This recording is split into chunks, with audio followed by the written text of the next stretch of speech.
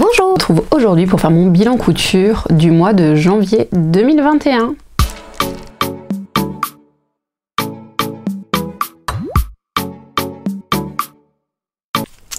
Il était grand temps de se retrouver pour faire le bilan du mois de janvier. Nous sommes aujourd'hui le mardi 23 février. J'avais déjà filmé cette vidéo mais le résultat ne me convenait pas et je pense que vous commencez à me connaître maintenant. Quand ça ne me convient pas, eh bien je recommence. Je vais vous parler aujourd'hui de plusieurs projets, de tout ce que j'ai cousu au mois de janvier. Comme je vous en ai parlé dans mon bilan couture 2020, j'ai décidé de ne plus différencier mes vidéos bilan de couture selon les catégories femmes, enfants, accessoires, mis à part si maintenant je venais à faire une grosse session de sac à main par exemple, ou d'habits enfants ou autre. Sinon je vous ferai simplement le bilan du mois en mélangeant. Ce mois-ci, il y a d'ailleurs des accessoires, de l'habit femme, de l'habit enfant et de l'habit homme. Autant dire que c'est très éclectique. Je vais commencer de suite parce que je n'ai pas envie que cette vidéo dure très longtemps. Il n'y a pas tellement de choses à vous dire. Quelques projets vous seront présentés en photo. J'ai laissé de la place comme toujours pour pouvoir vous montrer ça parce que ce sont des cadeaux qui ont déjà été offerts. Et c'est le cas du premier projet dont je vais vous parler, qui est également le premier projet que j'ai cousu en 2021. Il s'agit d'une trousse à accessoires, donc d'une trousse à barrette, chouchou, petit trésor pour enfants, que j'ai offert à la fille d'un ami, que je vous avais présenté sur Instagram et qui vous avait plutôt plu. Donc je vous mets la photo tout de suite. Et donc cette pochette, elle a été assez facile à réaliser. Je suis partie du modèle de la trousse double que j'avais utilisé pour faire la trousse à mon fils pour ses feutres et crayons pour sa rentrée au CP. Je vous remettrai le lien du blog en barre d'infos, c'est Elusine Création ou quelque chose du genre. J'ai peur de massacrer le nom, j'en suis navrée si c'est le cas. C'est une trousse à la base double où en fait il y a deux trousses qu'on peut plier en deux et qu'on ferme avec un petit bouton pression. Et la modification que j'ai faite, c'est que j'ai laissé une version trousse d'un côté et de l'autre côté j'ai supprimé la trousse pour simplement mettre deux rubans où elle puisse accrocher ses pinces à cheveux. Pour faire ce projet, j'ai utilisé du tissu licorne qui vient de chez Toto Tissus. C'est de la cotonnade basique que j'ai acheté il y a pas mal de temps et qui m'avait coûté quelque chose comme 6,50 € le mètre ou approximativement. Il s'agit d'un petit coupon, du coup là j'ai dû utiliser 50 par 50 cm à peu près, peut-être un petit peu plus mais pas tant que ça. Donc là c'était le premier projet. Ensuite j'ai fait une session cape de bain, pareil je vous en avais parlé sur Instagram, j'avais partagé ça sur Instagram, j'en ai fait plusieurs. Les premières que je vais vous montrer, donc ces deux-ci, étaient des cadeaux. Donc les capes de bain, je fais toujours le même modèle, c'est du 1 mètre par 1 mètre. L'éponge, c'est de l'éponge de bambou qui vient de chez Benitex. C'est une éponge de bambou qui est d'excellente qualité, honnêtement, pour un prix défiant toute concurrence, pardon, parce que ça coûte 14,90 € le mètre. Et ils ont en plus un énorme choix de coloris, donc honnêtement je recommande l'éponge de bambou de chez Benitex. Maintenant je n'achète mon éponge de bambou que là-bas quand j'ai des cadeaux de naissance à faire. La jaune était prévue pour la fille de ma belle cousine qui est née au mois d'août, et la bleue est pour son grand frère de 3 ans et demi à qui je n'avais pas encore fait de cadeau de naissance. Honte à moi, il y a eu un oubli, il y a eu un raté dans l'histoire. Et le wax m'a été fourni par justement ma belle cousine parce qu'elle voulait celui-ci sur les capes de bain. Elle m'a donné un coupon donc, de 5,50 m et dans ce qui reste, elle m'a demandé si je pourrais également lui faire un haut pour elle. Donc ce sera, je l'espère, dans les prochains projets que je vous présenterai dans un futur plus ou moins proche. Ensuite de ça, j'ai fait des capes de bain pour mes enfants à moi. Alors la première, là, maintenant, ça y est, je peux vous montrer. La première, il s'agit de celle-ci. Voilà, pareil, je vous l'avais montré en story Instagram. Vous reconnaîtrez peut-être ce tissu qui est de l'éponge nid d'abeille bleu turquoise que j'avais reçu dans ma première commande Dries & Stoffen. et qui était une erreur en fait de commande. J'avais commandé une cotonnade fleurie et j'avais reçu ça à la place. Grosse déception pour moi. Bon, finalement j'ai reçu ma cotonnade fleurie donc ça va. Mon fils l'a vu, il m'a dit oh maman j'aimerais bien que tu me fasses une cape de bain. Je dis ok. Bon j'étais pas vraiment convaincue parce que l'éponge nid d'abeille comme ça gaufrée c'est une matière qui est assez désagréable je trouve. Ça gratte, enfin c'est loin d'être doux. Mais bon, il m'a demandé, donc je me suis exécutée.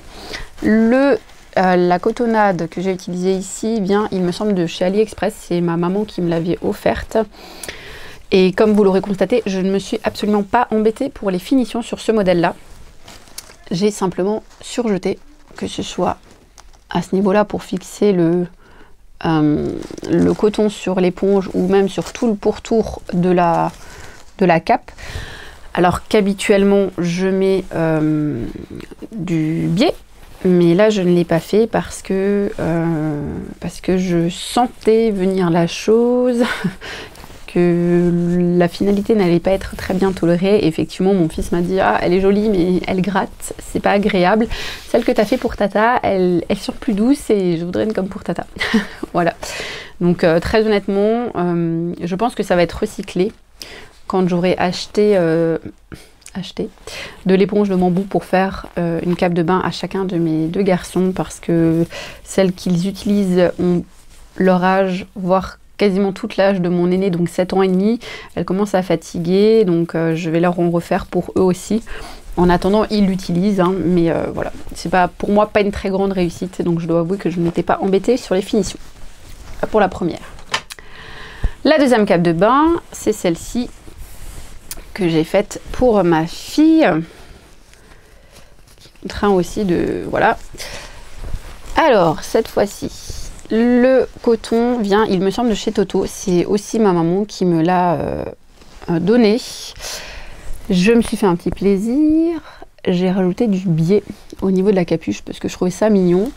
Mais d'ailleurs, j'ai fait une petite erreur. Alors, pas de ce côté-là, mais de ce côté-là. Je vous montre les erreurs aussi, hein. Je ne sais pas comment je me suis débrouillée, mais je n'ai pas prolongé mon biais jusqu'au bout de la capuche, ce qui fait que quand j'ai mon passepoil, ce qui fait que quand j'ai mis mon biais justement, le passepoil n'a pas été recouvert et du coup je pense que ça risque de s'abîmer assez facilement et assez rapidement. On verra. L'éponge vient de chez Mondial Tissu. C'est une éponge que j'ai achetée il y a 2 ans, je crois, enfin en tout cas en octobre 2019. Ils avaient une offre 2 mètres achetés, le 3e mètre offert. Et j'avais pris du coup 3 mètres d'éponge rose, vu qu'il fallait prendre le même coloris. Vu que j'avais à ce moment-là déjà l'ambition de faire des capes de bain à ma fille. Et c'est un projet qui est resté dans le placard. Temps de réalisation un petit peu long hein, chez moi, mais bon voilà. L'éponge est plus douce que celle que je vous ai montrée avant, mais clairement par rapport à l'éponge, le bambou de chez Benitex, ça n'a vraiment rien à voir. Le biais vient de chez Mercerie Extra, comme c'est le cas sur les 2 autres capes de bain que j'ai faites, j'ai oublié de vous le préciser. Et là je vois, alors la cape de bain, elle a été utilisée plusieurs fois déjà, je l'ai fait au début du mois de janvier. Et je peux vous montrer, je vois que voilà, c'est en train de s'abîmer. C'est en train de s'abîmer. Alors, est-ce que c'est l'éponge? Est-ce que c'est mon biais qui n'est pas assez large? Est-ce que c'est ma couture qui n'était pas tout à fait bien faite au niveau de la capuche? Je suis pas sûre parce que j'ai vraiment l'impression que c'est l'éponge qui est en train de se déchirer. Donc, je pense que malheureusement, la durée de vie de cette cape de bain sera assez limitée. Donc, sinon, il faut que je vois comment je peux arriver à réparer tout ça. Mais bon. Ma fille était contente, elle l'a vu, elle m'a dit waouh, c'est beau maman. J'étais contente aussi.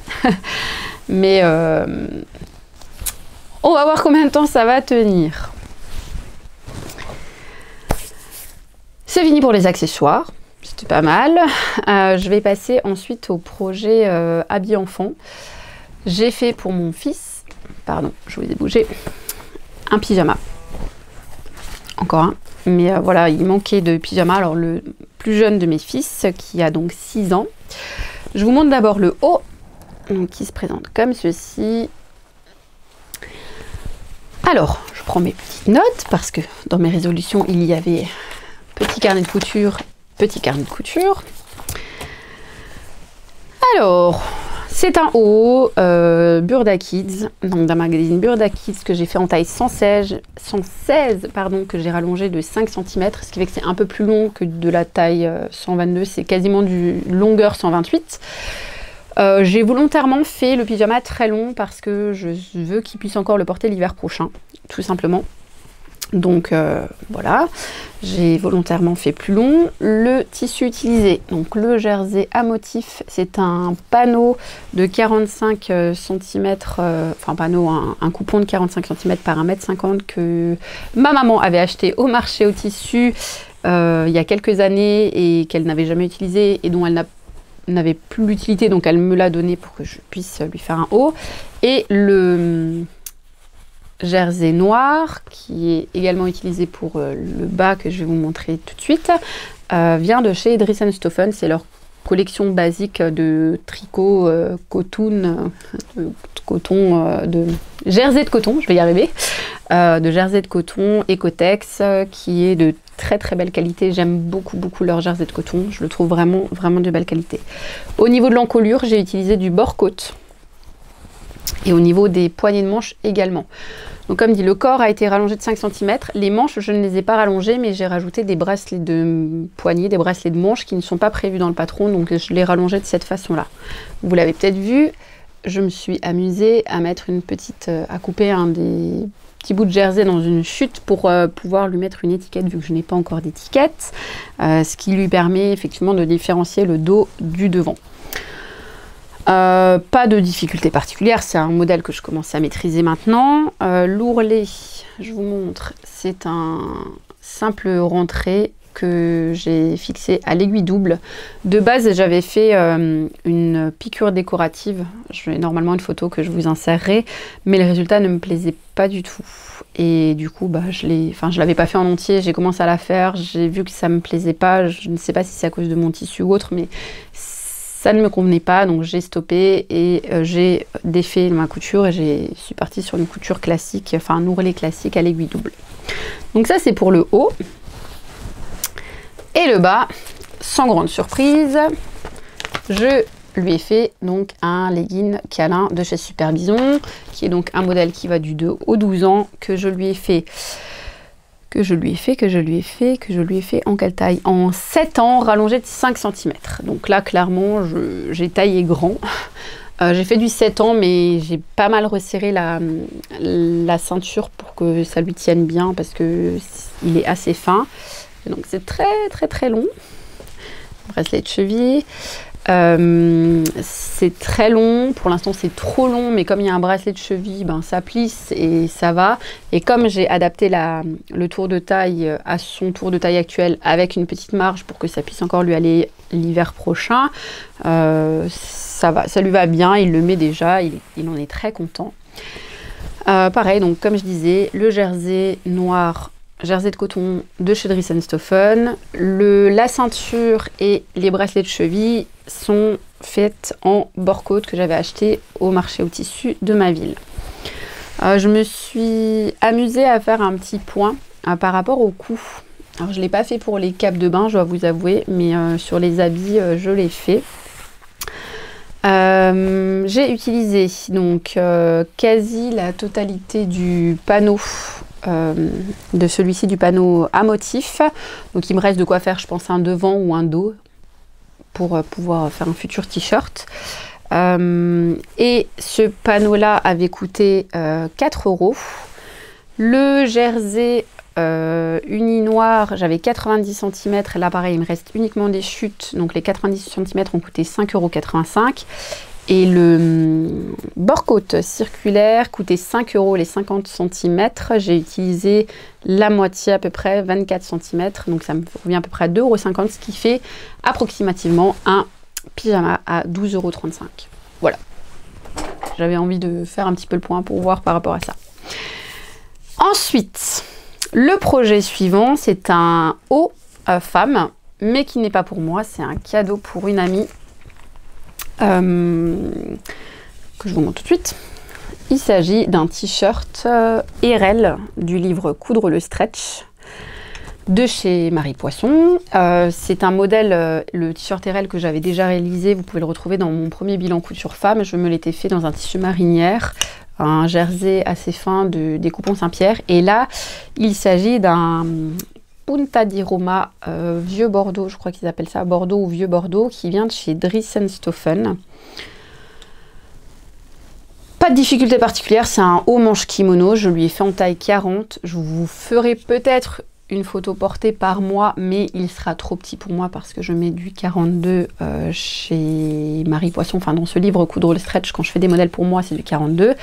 Je ne pense pas que j'arriverai à voir mon ami et à lui offrir avant de faire, de mettre en ligne cette vidéo, donc soit vous vous contenterez de ça, soit vous aurez la photo par moi, mais qui sera pas tout à fait exacte. Comme dit, pas de difficulté particulière. Le seul petit bémol où je suis un petit peu déçue de moi, c'est au niveau de l'encolure. Bon, vous le voyez, au niveau du dos, ça a plissé. Donc je pense que j'ai mal calculé ma bande d'encolure. Au niveau du devant, c'est bien. Soit je l'ai mal calculé, soit je l'ai mal réparti quand je l'ai fixé. Donc un petit peu déçue. Maintenant, c'est pas non plus extrêmement dérangeant.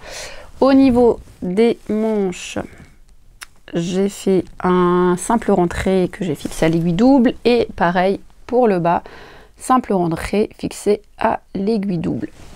Voilà, donc un petit haut tout simple. Et en fait, j'ai fait ce t-shirt parce que j'ai aussi prévu de lui faire une jupe qui est presque finie, que vous verrez normalement dans le podcast de février. Donc à ce moment-là, je vous remettrai les deux ensemble pour que vous puissiez voir. Comme dit, pas de difficulté particulière. Le Punta di Roma chez Dries&Stoffen doit coûter approximativement 5 € le mètre. J'en suis pas certaine, je vous mettrai une petite annotation si c'est faux. J'avais un coupon de 90 cm que j'ai totalement utilisé pour faire ce haut. Il me reste quelques petites chutes, mais vraiment pas de quoi refaire quelque chose. Voilà pour le haut femme. Et maintenant, je vais vous parler du dernier projet, qui est le projet dont je suis le plus fière ce mois-ci. Je vous montre d'abord de quoi il s'agit. C'est donc ceci. Je vous en avais parlé, que ça faisait partie de mes projets. C'est le sweat à capuche avec poche kangourou, qui vient donc de ce magazine, le Burda Best of Cocooning, que je vous avais présenté dans une revue de presse et que j'ai réalisé pour mon mari pour son anniversaire. Sans plus attendre, hop, je vais vous le montrer. Donc, il s'agit d'un sweat à capuche avec une poche. Voilà, kangourou, la capuche. Hop, je tourne mon petit cahier pour avoir la bonne page et pouvoir vous donner les informations. C'est un patron, que je vous dise pas de bêtises, qui va de la taille 44 à 60 pour mon mari. Je l'ai réalisé en taille 54 selon le tableau des mesures. Il s'est avéré un petit peu grand, mais je pense que cela vient d'une erreur de ma part parce que j'ai respecté les consignes de Burda qui sont de rajouter 1,5 cm de marge de couture et je l'ai monté à la surjeteuse sans prendre en compte le fait que c'était, enfin voilà, que j'avais rajouté 1,5 cm, ce qui fait que du coup, bah forcément ça a rajouté un petit peu partout et là c'est un petit peu large. Je lui ferai la prochaine fois, parce qu'il y en aura d'autres, hein. C'est prévu. Je lui ferai la prochaine fois de nouveau la taille 54, mais soit je ferai attention en rajoutant les marges de couture, de rajouter des marges de couture qui ne seront que de 0,7, soit je ne rajouterai peut-être même pas les marges de couture pour voir ce que ça donne. Voilà, c'est un petit peu large, mais ça vient de moi, c'est moi qui ai fait une erreur. Pour faire ce jogging, n'importe quoi. Ce sweat, j'ai utilisé du tissu jogging de chez Dries&Stoffen, le pétrole que je vous avais présenté dans ma deuxième vidéo d'achat Dries&Stoffen. C'est un tissu qui est doublé, enfin, polaire à l'intérieur, qui est extrêmement doux, qu'il trouve très agréable à porter. J'avais à la base commandé 2 mètres de ce tissu parce que il préconise chez Burda 2,35 m pour sa taille. Moi j'étais partie sur 2 mètres en me disant que j'allais pas forcément le faire totalement dans la même couleur. Je voulais au début faire en plusieurs couleurs, enfin bref, J'avais commandé 2 mètres et il s'est avéré qu'au final j'ai utilisé 1,65 m sur mes 2 mètres de tissu pour faire la totalité et que la seule chose que je n'ai pas faite dans le même tissu, c'est la poche. Maintenant, il faut savoir que chez Dries & Stoffen, le jogging a une lèse, en tout cas celui-ci, de 1,60 m, ce qui forcément joue dans le positionnement des pièces et dans le nombre de tissus qu'on va utiliser. Au niveau des modifications, j'ai rallongé les manches et le bas du corps de 5 cm parce que j'avais vu une réalisation sur Instagram d'une dame qui l'avait fait pour son compagnon. Elle me disait qu'elle-même l'avait déjà rallongé de 2-3 cm et que c'était pile bien, sachant que son homme faisait 1,73 m et que le mien fait 1,77 m, sachant pourtant que la stature est censée être de 1,80 m, il me semble, je vous dis ça tout de suite.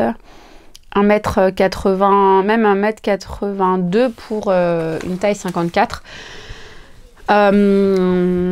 Et au final, donc j'ai rallongé que de 3 cm le corps parce que je me suis trompée quand j'ai positionné ma poche et j'ai oublié de la baisser, ce qui fait que j'avais rallongé à la base de 6 cm, mais finalement ça n'a rallongé que de 3 et les manches de 5 cm. Et au final, autant le corps, je pense que je laisserai les 3 cm de rallongé, mais les manches, je vais les diminuer de 2-3 cm pour que ce soit aussi rallongé que de 3 cm parce que là, c'est bien, mais c'est un peu long, je trouve. Voilà, même lui trouve que c'est un petit peu long, donc pour la prochaine fois, je ferai comme ça. Pas d'autres modifications. Pas de difficulté particulière, mis à part comprendre le langage Burda. Je dois vous avouer que j'ai eu quelques moments où j'étais devant mon truc à me dire mais qu'est-ce qu'ils veulent? Donc j'ai appelé ma mère à la rescousse en mode attends, je ne comprends pas ce qu'ils veulent. Et des fois, juste de dire les choses à voix haute, juste de relire à voix haute ou d'en discuter, je comprenais, je dis, ah mais oui, c'est ça, mais bon, ils le demandent d'une façon qui ne me semble à moi pas logique. Je n'ai pas suivi leur façon de monter le raglan parce que avec les t-shirts raglan, je commence à avoir l'habitude maintenant du raglan et l'habitude de le monter d'une certaine façon et ça me semblait plus logique et plus simple de le monter comme j'avais l'habitude. Donc pour ça, je n'ai pas suivi. Pour le reste, j'ai suivi le patron. La seule autre petite modification que j'ai faite est pour la ceinture qu'ils coupent eux d'un seul tenant et que moi je coupe en 2 fois pour pouvoir voilà, aligner les coutures sur les côtés parce que je trouve ça plus joli et monsieur trouve ça plus joli également. Ma difficulté a été au niveau de la pose des œillets. Je trouvais ça hyper difficile. C'était ma première pose d'œillet. J'en ai abîmé un. Enfin bref, c'était pas très évident pour moi, mais je suis quand même plutôt contente du résultat. Au niveau de la capuche, je vais vous montrer l'intérieur. Donc il y avait une couture et on rabat après pour la cacher. Oui, c'est pas nickel, mais malgré tout, je trouve que c'est plutôt bien. Je me suis appliquée beaucoup parce que c'était un cadeau et parce que mon homme est très minutieux et très exigeant, donc je voulais que ça lui plaise. Mais honnêtement, je suis très contente du résultat. Il en est très content aussi. Ça lui a beaucoup plu, donc tant mieux. Je vais voir s'il est d'accord. On fera quelques photos pour vous le montrer porté parce que c'est quand même plus joli à voir que comme ça. Et là encore, je me suis amusée à faire le calcul à peu près de ce que ça a coûté. Donc le jogging Dries & Stoffen coûte coûte 6,95 € le mètre. J'ai utilisé 1,65 m, ce qui revient à 11,45 € de tissu. Et bon, les œillets cordons viennent de chez Mercerie Extra. J'en ai eu pour même pas 1 € pour les œillets et le cordon. Donc en gros, il y en a pour un peu moins de 12,50 € pour le sweat. Voilà, le wax, je le compte pas. Enfin là, je le compte pas. Je pourrais le compter, hein, mais c'est vrai que moi, je l'ai reçu de ma belle-mère. Ça vient directement du Togo. J'en ai pas eu pour grand-chose pour ce coupon-là. Enfin, j'ai eu un coupon de 3 mètres que j'ai dû payer dans les 3-4 €. Allez, 5 € à tout casser. Bon, allez, on va dire qu'on peut rajouter, on peut dire on est à 15 € le sweat, quoi, si on veut, mais voilà. Pour ce dernier projet. Donc, voilà ce que j'ai cousu pour le mois de janvier. Je suis plutôt contente de moi. Comme je vous avais dit dans mon bilan, on en vient à parler chiffres. Au mois de janvier, je n'ai pas acheté de tissu. C'est bien, parce qu'au mois de février, j'en ai acheté. Vous le verrez bientôt dans une vidéo. Et j'ai cousu donc en totalité 7,90 m, donc qui sortent de mon stock. Voilà pour ce bilan couture, j'espère que ça vous aura plu. N'hésitez pas à me dire en commentaire ce que vous en avez pensé, ce que vous avez cousu au mois de janvier. Je vais essayer de vous tourner très rapidement ma vidéo achat, fâche textile et mercerie des créateurs. Et je vous dis aussi à bientôt pour une prochaine vidéo bilan. J'essaierai, je vais faire mon maximum pour que la vidéo bilan du mois de février n'arrive pas aussi tard dans le mois que celle de janvier. Le temps que le rythme se mette en place, on va faire son maximum. Enfin, je vais faire mon maximum. En attendant, je vous souhaite une très belle journée, une très belle soirée. Et je vous dis à très bientôt dans une prochaine vidéo.